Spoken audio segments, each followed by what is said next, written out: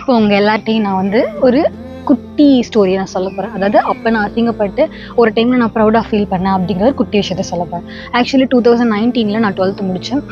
டில் 12th நான் வந்து ஃபுல்லாக தமிழ் மீடியம் தான். ஸோ எனக்கு வந்து எந்த நாலேஜுமே தெரியாது இங்கிலீஷை பற்றி. மீன்ஸ் இங்கிலீஷ் பிடிக்கும், இங்கிலீஷில் தெரியும். பட் ஆனால் அந்தளவுக்கு நம்ம இங்கிலீஷில் படிக்கல. ஸோ உங்களுக்கு புரியும்ல.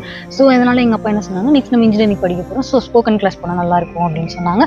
ஸோ அதே மாதிரி நான் ஸ்போக்கன் இங்கிலீஷ் கிளாஸும் போனேன். 1 month அட்டன் பண்ணேன். பட் ஹவர் எல்லாருக்கும் தெரியும்ல, ப்ராக்டிஸ் பண்ணால் தான் எதாக இருந்தாலும் வரும். கிளாஸ் போனாலாம் ஒன்றும் வேலைக்கு ஆகாது. But still I was tried something. So next வந்து எனக்கு ஒரு நல்ல காலேஜ் சென்னையில் கிடச்சிச்சு. நான் படித்தேன். அங்கே போயிட்டு ஃபஸ்ட்டு செமஸ்டர் அங்கே கிளாஸில் நான் வந்து இருக்கும்போது சமாங் 60 ஸ்டூடெண்ட்ஸ் இருப்பாங்க. அங்கே யார் தமிழ் மீடியம் அப்படின்னு கேட்டிருந்தாங்க. அந்த 60 பேரில் நான் ஒரு ஆள் தான் வந்து தமிழ் மீடியமாக இருந்தேன். அப்போ வந்து ரொம்ப ஒரு மாதிரி எனக்கே வந்து இன்ஃபீரியாரிட்டி காம்ப்ளெக்ஸ் வந்து அதிகமாக ஆரம்பிச்சிருச்சு. எப்படி நம்ம படிப்போம், நமக்குன்னு காம்படிஷன் ரொம்ப அதிகமாக இருப்பாங்க. சிபிஎஸ்சிலேருந்து வந்தவங்க, இங்கிலீஷ் மீடியத்துலேருந்து வந்தவங்க, எல்லாருக்குமே எல்லாமே தெரியும், நம்ம தானே ரொம்ப புவராக இருப்போம் அப்படின்னு சொல்லிட்டு ரொம்ப ஃபீல் பண்ணேன். பட் ஆனால் அந்த கஷ்டத்தை இப்போ வந்து 1 minute வீடியோவில் ஈஸியாக சொல்லிடலாம். பட் ஆனால் அந்த டைம் வந்து அந்த இதை வந்து சொல்கிறதுக்கு வார்த்தைகளே கிடையாது. ஸோ நெக்ஸ்ட் அதே மாதிரி 2 இன்டர்னல்ஸ் கம்ப்ளீட் ஆச்சு. நெக்ஸ்ட்டு செமஸ்டர் எக்ஸாமும் வந்துருச்சு.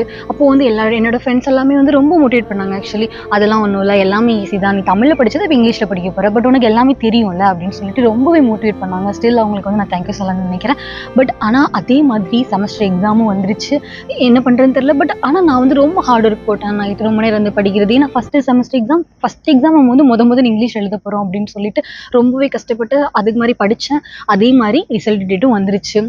என்னோட சிஜிபிஏ வந்து 80% மேலே தான், அதாவது 88% ஸ்கோர் பண்ணிட்டேன். பட் மற்ற ஃப்ரெண்ட்ஸ்லாம் அதே மாதிரி இங்கிலீஷ் மீடியம் நம்ம நினைக்கிறப்ப அவங்களுடைய ஸ்கோர்லாம் வந்து என்னோடவே கம்மியாக இருந்துச்சு.